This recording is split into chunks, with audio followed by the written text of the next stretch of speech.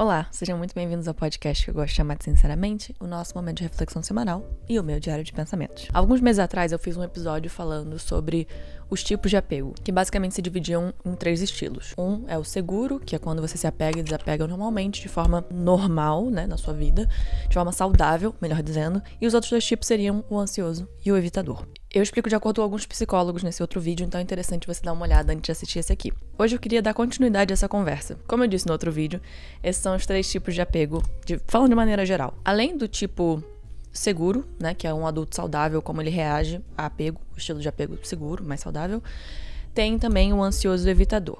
No caso do ansioso, ele se apega de forma que nem o próprio nome diz, de forma ansiosa. E ele tem acompanhado algumas questões. Por exemplo, incessante medo de abandono, seja isso traição, mentira, própria rejeição, normalmente precisando de bastante palavra de afirmação para se sentir apoiado. Já a pessoa que se apega de forma evitadora é basicamente o contrário. Tem muito medo de se abrir emocionalmente e efetivamente, tem medo de perder a sua liberdade, de contar com os outros. Contar com os outros é uma coisa muito difícil e também, assim, não acredita que pode contar com essas pessoas, então aprendeu a ser hiper independente o tempo todo. Tem tendências a se assustar quando as pessoas se aproximam muito e afastar essas pessoas e também responder de uma forma mais reativa em momentos de confronto ou de resolução de conflito, tende a, como o próprio nome diz, evitar esse tipo de coisa. Evitar uma proximidade emocional, principalmente. Independentemente de que tipo de apego você tem, é muito comum que esses 2 tipos, o ansioso e o evitador, formem um casal. Esse casal vai se engatilhar naturalmente. As chances dessa combinação acontecer são altas, porque estima-se que 50% da população seja categorizada como apego seguro e que o resto se divida entre ansioso e evitador. Isso estima-se porque são características difíceis de definir, como qualquer questão psicológica. Tem muitas questões psicológicas que já são muito mais estudadas, mas tem outras que ainda não são tanto. Então, também depende de muitos microfatores e de análises muito profundas. Então, isso é uma estimativa. Dito isso, é muito importante a gente reconhecer que tipo de apego a gente tem, porque isso pode ser muito importante para salvar a sua relação e talvez até a sua saúde mental. Eu tenho um tipo de apego ansioso, o que significa que eu tenho um medo incessante de abandono, que sinceramente atrapalhou bastante a minha vida. Eu não me culpo por isso e você também não deveria, independentemente de que tipo de apego você se encaixa. Isso porque os nossos traumas, os nossos medos e a nossa experiência, traumática ou difícil ou dolorosa, fica toda guardadinha lá como se fosse um computador que tem aquele drive ali no fundo, sabe? Tipo, cheio de dados e reconhecimento de padrão e tá sempre alerta.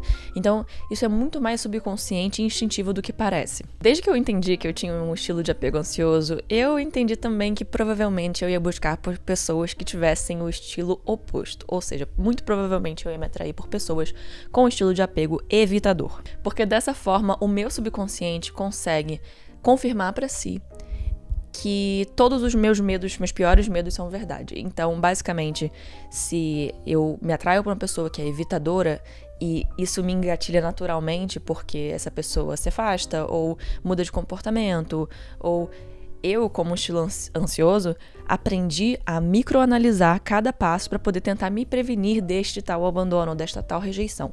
Portanto, confirma para mim esses medos e diz, tá vendo, não vale a pena sair do seu conforto ou se arriscar ou experimentar coisas novas porque é arriscado demais. Porque o nosso cérebro vai sempre querer nos proteger, seja fisicamente, seja o nosso coração, emocionalmente, porque não quer que sofra novamente, não quer que sinta aquela dor de novo. Então vai dizer, não tenta nada, deixa que tudo é ruim mesmo, então fica aí na sua porque é melhor pra você. Claro que isso não é pra dizer, bora galera, vamos se abrir com geral porque todo mundo vale a pena e a questão somos nós que somos muito ansiosos e paranoicos e ficamos imaginando coisa. Pelo amor de Deus, tá? Esse não é o caso. A gente precisa sim se proteger, ainda mais num mundo que é considerado muito menos empático do que costumava ser e tá cada vez mais distante e desconectado. Por mais que esteja conectado online, está mais distante fisicamente e emocionalmente por causa da internet e de vários outros fatores que eu não vou entrar porque é muita coisa, Eu achei um estudo que diz que a gente realmente, o indivíduo no geral, assim, é muito menos empático do que os nossos colegas em 1979, aproximadamente 75% menos empáticos. Então sim, no mundo que é 75% menos empático do que há tempos atrás, há muitos anos atrás, realmente precisa-se, né, se proteger. Eu acho que é necessário a gente sempre tomar cuidado e ter muita atenção com quem a gente está se cercando, porque a gente sabe também que nem todo mundo vai ser uma pessoa maneira. E tá tudo bem. O importante é saber direcionar e orientar essa proteção para que ela não fique tão protetora que você não consiga viver e experimentar as coisas que você tem vontade e até se relacionar. Mesmo que a gente às vezes se atraia pelos opostos, que é uma frase até muito conhecida, e que a gente, por exemplo, que eu acabe buscando parceiros evitadores, não significa que todos eles vão ser super tóxicos e super manipuladores e me chantagearem. Então é importante a gente também não generalizar, claro, usar da proteção e do discernimento para poder entender, né, conhecer mesmo quem a gente está se relacionando primeiro, mas ao mesmo tempo não significa que generalizar o mundo seja a resposta também, sabe? A partir disso, a observação vai ser a nossa melhor aliada. Como é que é essa pessoa? Como é que ela trata a gente? Como são os momentos que nós estamos juntos? Como é que ela é na frente dos outros? Como ela trata as outras pessoas? Como ela é com a família? O que ela busca? Será que tá alinhado a mim? E tem muitas perguntas que vão fazer com que esse processo seja mais fácil. E é claro que se você já tá meio que treinado a ignorar certos sinais que desde o início se manifestam, também é importante você ouvir essa intuição, porque a intuição e medo são coisas diferentes. A intuição, ela é muito mais clara. Você observa uma coisa e você liga um sinalzinho. Agora, o medo e a ansiedade já é uma coisa muito desesperadora.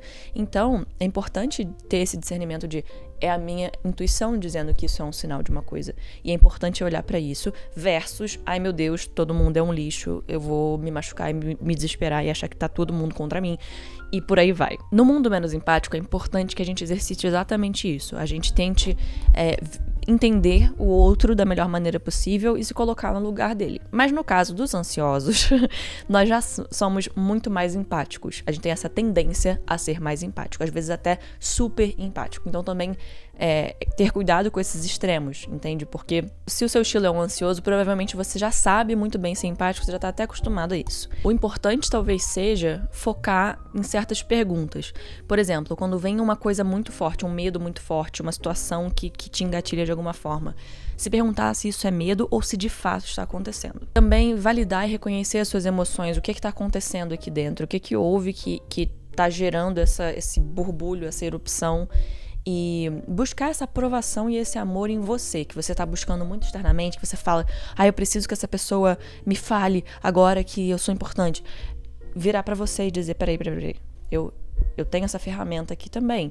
Não é que eu não possa contar com as pessoas, não é que eu não possa buscar apoio nos outros, mas nesse momento de desespero, será que eu posso me acolher ou será que eu realmente preciso de outra pessoa para poder dizer que eu sou importante ou que eu sou uma boa pessoa ou que eu sou amada? Será que precisa realmente? Novamente, é muito legal quando alguém pode nos dar esse conforto, esse carinho e tudo mais, e acho que é esperado de qualquer relação, mas depender disso talvez não seja a melhor resposta. E acho também que é importante a gente pensar muito em se regular antes de comunicar um problema. Por quê? Quando a gente se engatilha ou acontece alguma situação que mostra perigo pra gente, é muito natural que, como ansiosos, a gente simplesmente se desespere. E quando a gente vai se desesperar, a gente não tem parcimônia e não consegue muitas vezes comunicar de forma efetiva o que está acontecendo com a gente. Então, às vezes pode ser lido pelo outro como um exagero ou uma coisa que não tá clara, entendeu? Porque é óbvio que seus sentimentos nunca vão ser exagero, mas a partir de um momento de desespero você não consegue pensar com clareza. Então é muito difícil comunicar pro outro o que tá acontecendo de forma eficiente. Talvez você se expresse mal, talvez você se faça muito mal, talvez você acabe, sei lá, responsabilizando o outro ou brigando com o outro, ou até mesmo entrando num estado que a comunicação não vai fluir da melhor maneira possível. E se você tiver o estilo ansioso, por favor, não faça gaslight com você. Não é pra dizer, eu sempre exagero em tudo, e nossa, como eu sou chatinha, e como eu...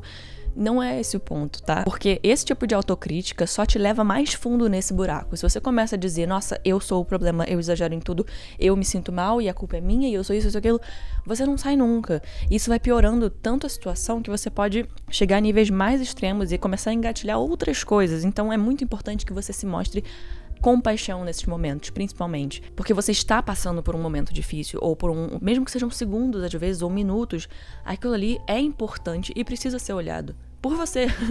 Então, assim, acolher isso nesse momento é essencial. Em vez disso, eu gosto de falar uma frase pra mim, que inclusive a minha psicóloga me passou, assim, muito no princípio das minhas sessões, ela começou a me dizer, olha, quando for muito avassalador, observa o que é, porque às vezes não tá acontecendo, entre muitas aspas, a situação tá controlada, digamos assim. Não aconteceu nada específico, mas às vezes a forma que alguém fala com você, ou uma coisa que te lembra uma outra situação, te coloca num lugar de desespero, ansiedade, te engatilha. E aí, eu sempre coloco essa frase na minha cabeça. Se uma emoção parece muito avassaladora, repentina, quase como se fosse um puxão de tapete, como se fosse te derrubar, que leva do 80 ao 8, meio do nada, e parece insuportável, talvez você tenha acionado um gatilho. Nesse momento, quando tudo parecer perdido e você se embarcar nesse estado, respira e diga coisas do tipo: sim, tá mexendo comigo. Sim, eu tô engatilhada. Sim, isso faz parecer como se eu estivesse sendo levada pra outros traumas e outros momentos em que eu senti isso aqui. Como se eu estivesse mesmo revivendo aquele trauma, mas não tá acontecendo agora. E não necessariamente tá acontecendo de novo nessa situação presente. Se pergunte, o que eu preciso nesse momento? Também evitando tomar qualquer decisão precipitada e pular na ação ou resolver qualquer coisa nesse estado não vai ser muito benéfico pra você. Então tenta segurar um pouco aquele impulso de sair falando, sair fazendo, de mandar o parágrafo, e se pergunta o que tá acontecendo aqui dentro. Começa a se investigar primeiro e se regular também, porque emocionalmente você vai, às vezes, estar hiperventilando, você vai estar num estado de impulso mesmo. Então é importante dar um passo pra trás e falar, peraí, calma, vamos ver se eu quero dizer isso mesmo. Vamos ver o que tá acontecendo primeiro. Algo que ajuda muito pra mim é fazer uma prática que, quando isso acontece comigo, agora eu tô tornando, de fato, uma coisa mais automática. Ainda não era muito pra mim. Eu imagino a minha versão de 5 aninhos na minha frente e eu pergunto pra mim mesma, o que você tá precisando nesse momento? Seja aprovação, seja amor, seja carinho, seja uma confirmação de que tá tudo bem, de que eu sou amada, de que vai dar tudo certo. Enfim, eu me pergunto e meio que adapto a minha fala. Eu fecho os olhos, respiro fundo, imagino essa versão minha de 5 anos e eu digo, meu amor, vai ficar tudo bem, tá tudo certo, você não tá sozinha, eu tô aqui com você pra te apoiar. Você é amada, você é respeitada, você é importante pra esse mundo, pra sua vida, pros seus familiares, enfim. E eu vou me dizendo o que eu gostaria que alguém dissesse pra mim. Porque o que a gente não entende é que, muito provavelmente, a gente aprendeu esse mecanismo muito cedo. Não necessariamente, mas muito provavelmente. Porque se a gente pensar bem, e isso sou só eu assumindo, eu não pesquisei nada sobre, mas quando é que foi a primeira vez que você aprendeu a se apegar? E o que isso trouxe pra você de consequências, entre muitas aspas, né?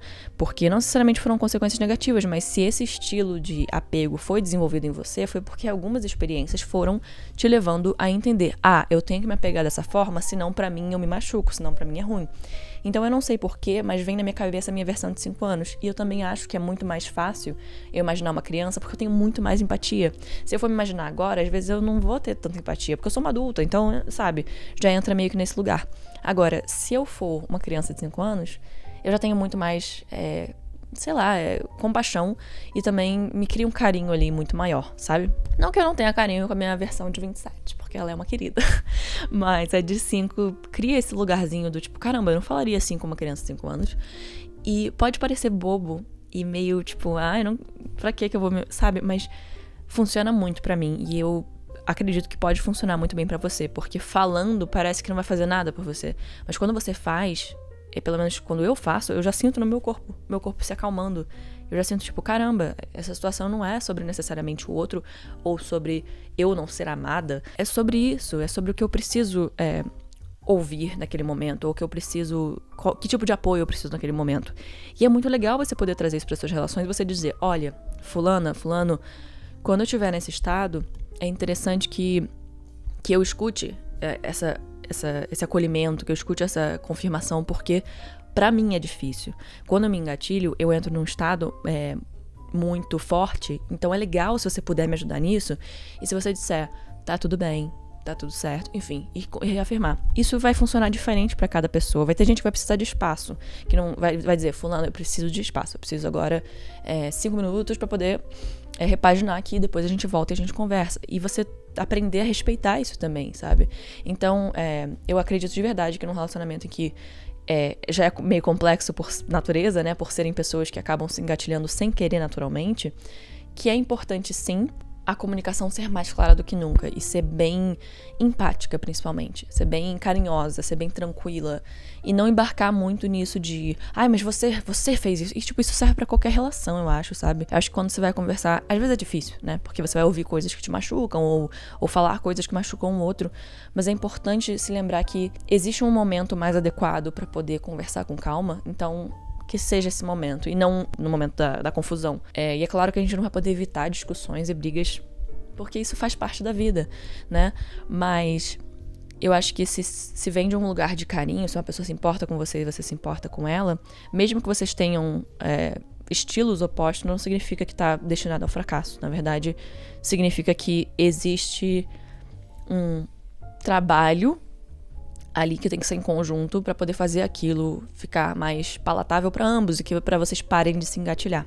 Então também é interessante se alguém vem pra você e diz, cara, isso me dá muito gatilho, será que tem como não fazer? Ou tipo, enfim, e aí ir se ajeitando e se ajudando nesse sentido. Eu não tenho tanta experiência com o estilo evitador, por mais que sejam pessoas que eu costumo me relacionar, eu não sei como é que é de fato na pele, sabe? Eu dizer, caramba, eu não posso lidar com isso agora, eu preciso, sabe? Eu sei que existe uma reatividade a partir de um conflito ou de uma conversa, eu sei que se evita conversar sobre assuntos sérios porque às vezes sobrecarrega, eu sei também que quando essas pessoas ouvem uma oportunidade de falar sobre algo vulnerável, elas se sentem ameaçadas, então aquilo não é legal pra elas.